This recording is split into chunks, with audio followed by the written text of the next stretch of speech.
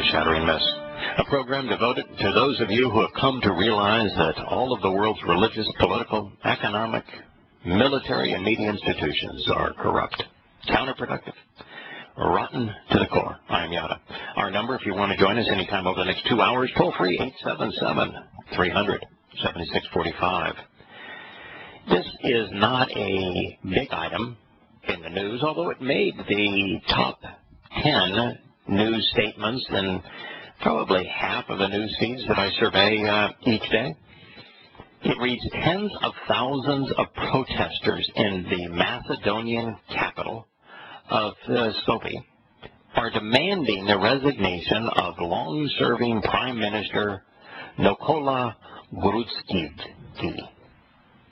Well, why would that be important? I mean, tens of thousands of people protesting and demanding the resignation of an elected official is fairly unique. It happens here and there around the world. And you look at Ukraine, there were far fewer protesters than that. There were hundreds, maybe 1,000, not tens of thousands. And they were violent. They weren't peaceful protesters, and they overturned the popularly elected government. But here it's tens of thousands, and they're expecting as many as 100,000 protesters over the next few days, demanding the resignation of a popularly elected president. The reason that we care is that Macedonia is the most likely place from which the Torahless one, misknown to Christians as the Antichrist, is going to emerge. We say that because in Daniel, what we find is that there are two references to the locale, plus some added verbiage in terms of size and relative age of the location from which the Torahless one is going to emerge. It references him growing out of the ultimate human menace, Rome. Rome as an empire was the greatest of all menaces to Yahowah's chosen place and to his chosen people. No empire in human history has been as vicious to those things Yahowah holds dear as Rome. But the Roman Catholic Church that grew out of it is the living incarnation of this beast, and why God speaks of the beast continuing to tread not only in a region of the world, the Mediterranean, but over the entire world, right through the end of the tribulation. It's the Roman Catholic Church that emerged out of this beast. And so we know that the Torahless one is going to emerge from the nation that sent the destructive forces to destroy the temple. And that is Rome. They were 3 Roman legions. It's interesting that 2 of the 3 Roman legions actually were Macedonian. Now, when I say Macedonia, most people think of the old country from which, affiliated with Greece, from which Alexander the Great emerged. And there was a Macedonia that dates to 300 BCE. But the modern incarnation of Macedonia is a very young country. It emerged out of the fall and ultimate divestiture of Yugoslavia. And so it's a landlocked country, a very small country, that is very new in terms of its emergence on the scene, so new that the Greeks are having a conniption fit over their choice of names, choosing the old name, Macedonia, for a new country. So it meets those 2 criterion as well, that it is a small country, that it is a new country, and the third, that it is emerged out of the forces. It's located within the reach of the forces that destroyed the temple. In fact, 2 of the 3 legions actually came from Macedonia. But there is another reference a little later in Daniel to the fact that the Torahless one is going to emerge out of the territories that were conquered by Alexander the Great. Now, Alexander is not great by character standards. He was a bum. But certainly in terms of his ability to be merciless and to execute war, he was a great fighter. And Alexander's conquest, the territory that he trespassed and covered and controlled, never went further north nor further west than Macedonia, his homeland. So, since it has to be the intersection of these two empires, Rome and Alexander the Great, the most likely place is Macedonia, particularly since the nation has to be young and small. Countries like Turkey don't work because Turkey, while it is still fairly young, the current incarnation of Turkey is a product of the conquest, that a consequence really of World War I, where the Ottoman Turk Empire became overthrown and the country was renamed Turkey. But it's large. And so it's large in size and in population, so it doesn't qualify. And if you go through all of the other countries that overlap the conquest of Rome, and Rome didn't control all of present-day Turkey. They constantly battled and fought to a draw, sometimes to a defeat, the Persians. So you don't have Rome going very far in that direction. And you don't have Alexandria going any closer to Rome than Macedonia. The overlap, and the only country that fits every one of the requirements is Macedonia. So when there's major unrest in Macedonia, we ought to pay attention, because it is highly likely, I think extraordinarily likely, that the Torahless one is going to be a Macedonian. So 10,000 people are requesting that the prime minister, whose first name is Nicola, resigns. Grubinsky being his last name. The interesting thing about Nicola is, remember Yosha saying, beware of the Nicolaitans, and that he was praising the Ephesian called out assembly because they did not capitulate to the doctrine of the Nicolaitans. And it is assumed that means that they didn't follow a very little known individual called Nicholas. But I don't think that's the case at all. I think that he references the Nicolaitans for two reasons. One is that it was at Nicaea that Christianity, as it is practiced today, was conceived. It is when Arius, the lone holdout to, you can't create the totality of God out of someone that you're going to call after a Greek name. Man can't be the totality of God. At the very most you can say is that Yosha was begotten, that he is from and part of and derived from God, Yahowah. And yet you can't create a religion like that, because Christianity is wholly separated from Yahowah and his testimony, and therefore there was this need to create a unique Christian God. A Christian God based upon Greek ideals, based upon Dionysus. And it was at Nicaea that this was done. Now, the reason I mention Nicaea is named after the same individual, the same Greek god, the Greek god of victory, that Nicola is named. And so Nicaea is the land of the Greek god of victory, and it was the Greek religion's triumph over the Torah and Yahowah's testimony at the city named in the Greek god's honor, Nicaea, that Christianity was conceived. And so he is saying, in essence, I'm pleased that you have not acquiesced to Christianity.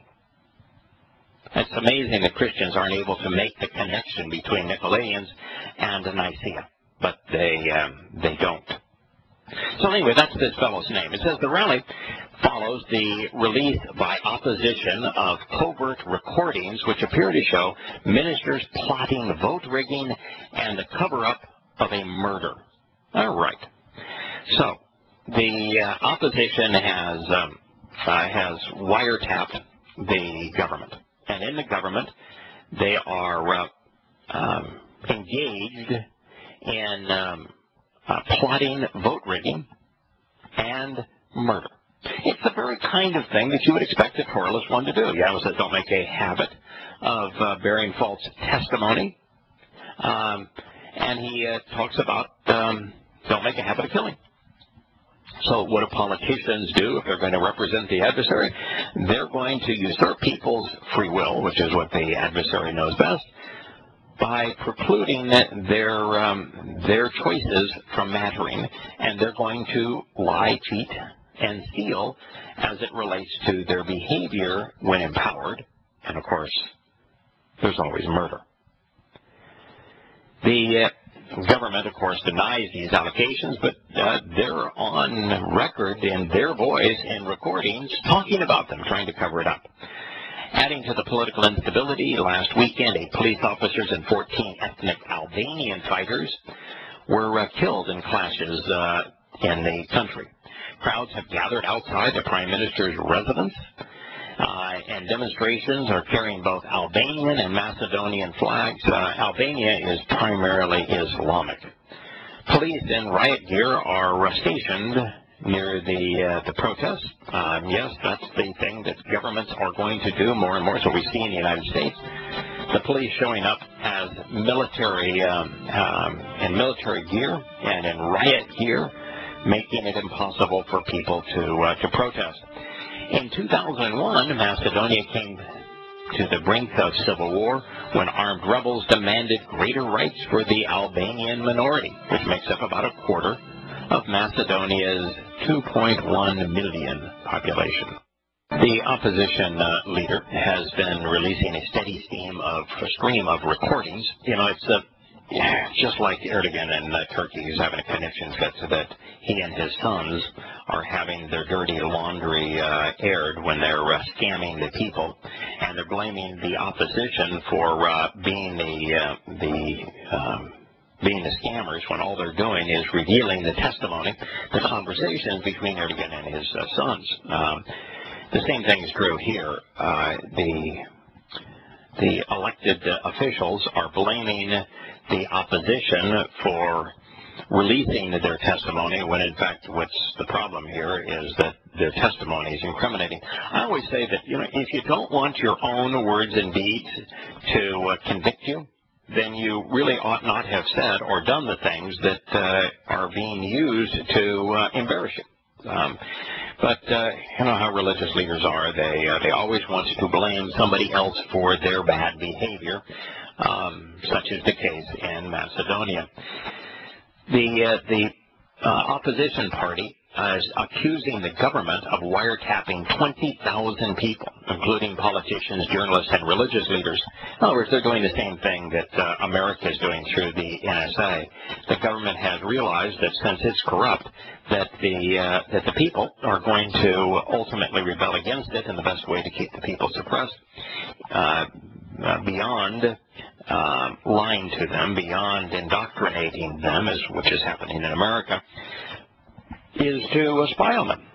And so that you can either find the person's dirty laundry and compromise them, or you can create dirty laundry and make it appear credible and undermine them. It's what's happening in Macedonia. It's exactly what you would expect the Torahless one to do.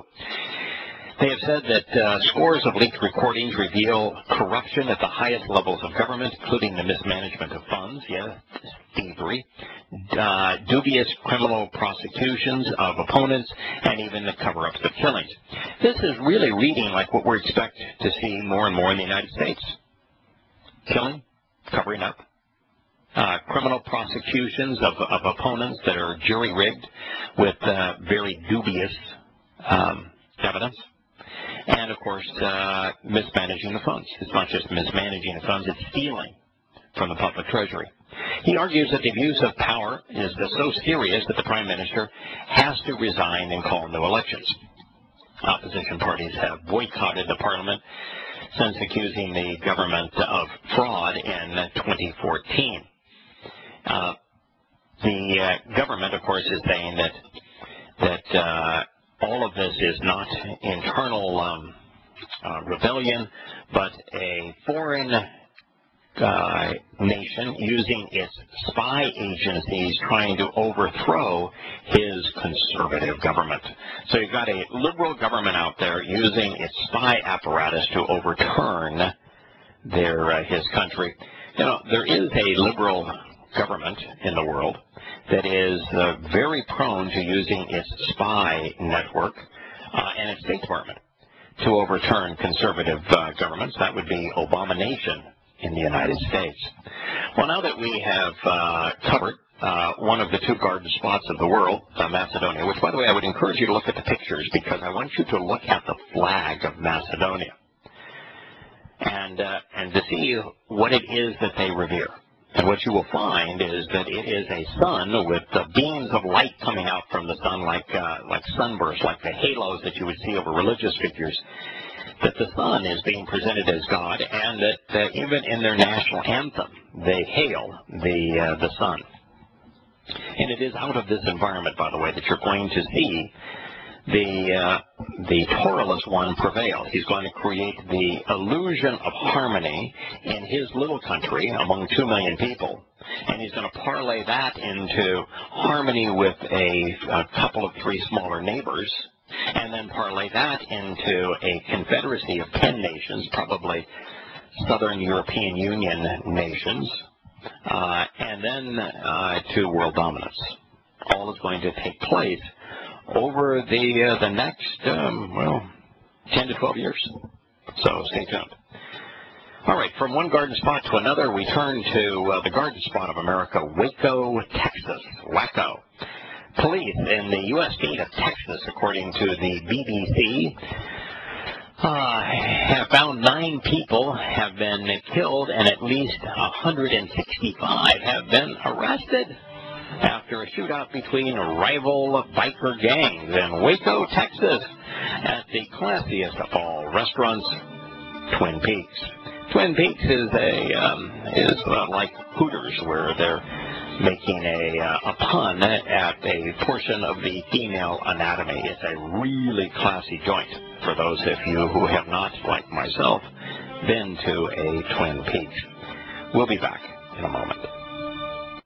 If you are one of those that believes in UFOs, then you're wackier than the Wackoians. There is a 0% possibility that our planet has been visited by extraterrestrials. Now you say, how do I know that? Because I know a thing or two about physics. I know that it is impossible for any material body to travel, to even approach the speed of light. Ultimately, it takes an infinite amount of energy to move, accelerate something physical to the brink of the speed of light, and there's no source of ultimate energy other than Yahowah. And number 2, as a physical body accelerates, it expands. And so a physical body moving at by even approaching the speed of light would expand to fill the universe. It's not possible. And then they say, well, but what about warping of time? You can't warp time. It's science fiction. What about wormholes? Well, wormholes are science fiction, too. Well, what about, flying through a black hole? You can't get out if you head into a black hole, plus you'd be crushed along the way. There are no wormholes. There's no warping of time. There are no passages through black holes. It is all part of science fiction to make space cowboy movies like Star Wars and Star Trek work. And so there's a 0% possibility that a life form on another planet has come to visit our planet. So you're not seeing, is it possible that people have seen a unidentified flying object? Yeah. Happens all the time. It's something you see and you can't identify it. And I know my aircraft pretty well. A lot of times I can't identify what the aircraft is. That does not make it alien. So, good grief. If that's your fascination, I would strongly encourage you to find something vastly more useful and credible. Well, speaking of unuseful, the incident at the Twin Peaks Sports Bar and Grill in the Central Texas Marketplace, which is in Waco, Texas, there were at least 18 that were wounded, 9 that killed, and 165 arrested. The police said it turned the restaurant car park outside the restaurant into a war zone. It might be a car park in Britain. It's a parking lot in America. There were maybe 30 guns being fired in the parking lot, maybe 100 rounds. It was the biggest shootout in the history of Central Texas. Diners at the Twin Peaks Cafe said, well, now it's a cafe as opposed to a sports bar and pub, and the staff locked themselves in a freezer for safety before being escorted off the premises by police. Waco police said the shooting happened shortly after midday because the rival gangs got into a fight over something really important. They got into a fight over the credibility of Paul and the Christian New Testament. No. They got into a fight over the true nature of Islam and it being a criminal enterprise. No. They got into a fight over the counterproductive nature of the U.S. government. No, that wasn't it. You know what they got in a fight over, Scott? No parking idea. spots. Parking places for their motorcycles. I guess we can fight for something. No, you're going to fight for something. You might as well fight for a parking spot. Because the last thing you'd want to do if you're going to fight is to have to walk 10 feet. Well, hey, I don't know what to say to that. That's amazing. Yep. They were fighting over a parking space near the restaurant. And this is a classy joint, of course, Twin Peaks. Police spokesman Sergeant W. Patrick Swanson said that the fight started with punches. Okay. So, you don't like that somebody parked in a spot that was closer to the restaurant than the spot that you had to park in. So it started with punches. And then it escalated to something that I carry with me on a regular basis. If we were to start, with a fight, and we began with punches, the thing that I would escalate it to is chains. Because I find a lot of need to carry chains just so that I could escalate from punches. How about you? This story gets better and better. Yeah, chains.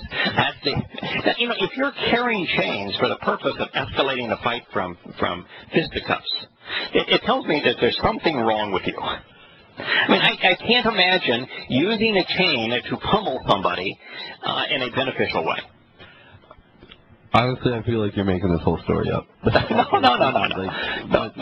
Yeah. Okay, then from chains, it escalated to clubs. What? That's the natural progression, I guess. And then from clubs, it escalated to knives. Well, both these guys are very tough because they've already been through a lot. So. Yes. And then finally to guns. So I think here, since you can't necessarily blame the gun. This is going to be tough for the anti-gun people. You were going to first have to ban fists, because that's how it began. And then after you began fists, then you've got to take the chains off your bicycles, because you can't have chains. You can't have chainsaws anymore. So you're gonna have to ban chains, and then clubs. And I know where you stop on clubs. You go all the way to golf clubs. How about the clubs, the suit and the card deck? You're going to ban the ace of clubs? I don't know where you draw the line on clubs. And then knives. And of course, there's butter knives, there's cooking knives, there's fillet knives, there's steak knives. I mean, where do you draw the line on this stuff? Again, this is like. If you can't make this stuff up. If this scene played out in a movie, everybody like that is what. Oh, come on, that's not credible. Okay, we're going to escalate now. Everybody, okay. You've used your fist. It's now time to bring out the chain. Oh, okay, there's my chain. Okay, now drop the chains, change partners, and we're going to clubs. Okay, now time to be setting down your clubs again. Rotate through and find a different partner, and we'll go with knives. I'm picturing the cartoon where, like, Yosemite Sam's pulling out weapons, and, like, Bugs Bunny's just pulling out the same weapon, I got a chain. Well, I got one, too. Well, I got a club. I got one, too. I got one, too. Also, you know what needs to be banned? Parking places. Parking places. That or motorcycles. Well, yeah, there you go. We're going to ban parking spots because the American Disability Act, the ADA Act, has made certain that all the best parking spots are already designated for the handicapped. And, I just get a kick out of it because I look at it and say, first of all, why would you take all the best spots? Why would you have 5 times more of them than you need? And why are they twice as big as the rest of the parking spots? And why are 90% of the people who use them not handicapped? It really does. It pisses me off when the whole ADA handicap parking spot, big fines, when most of the people, the vast preponderance of the people that use them, aren't physically handicapped. Morally handicapped, mentally handicapped for sure, but not physically handicapped. Anyway, that's the story with parking spots and my rant for the day. Police say that at least 5 biker gangs were involved in the bloody shootout.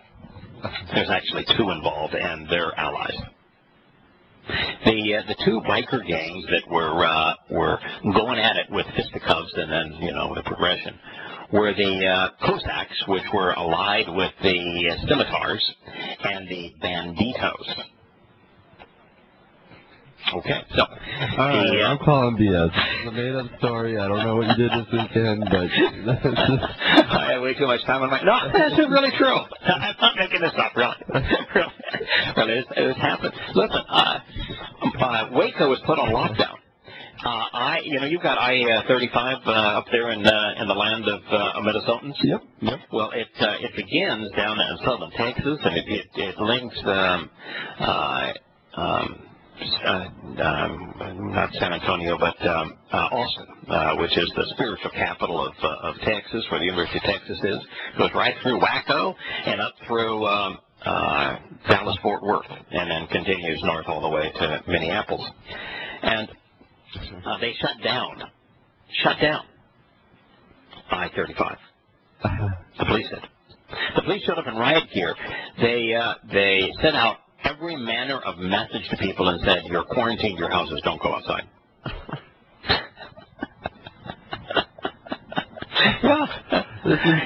But didn't the police and the paramilitary units of the United States overreact to something else in Waco? Wasn't the case where the Branch Davidians were thought to have had a non-compliant shotgun?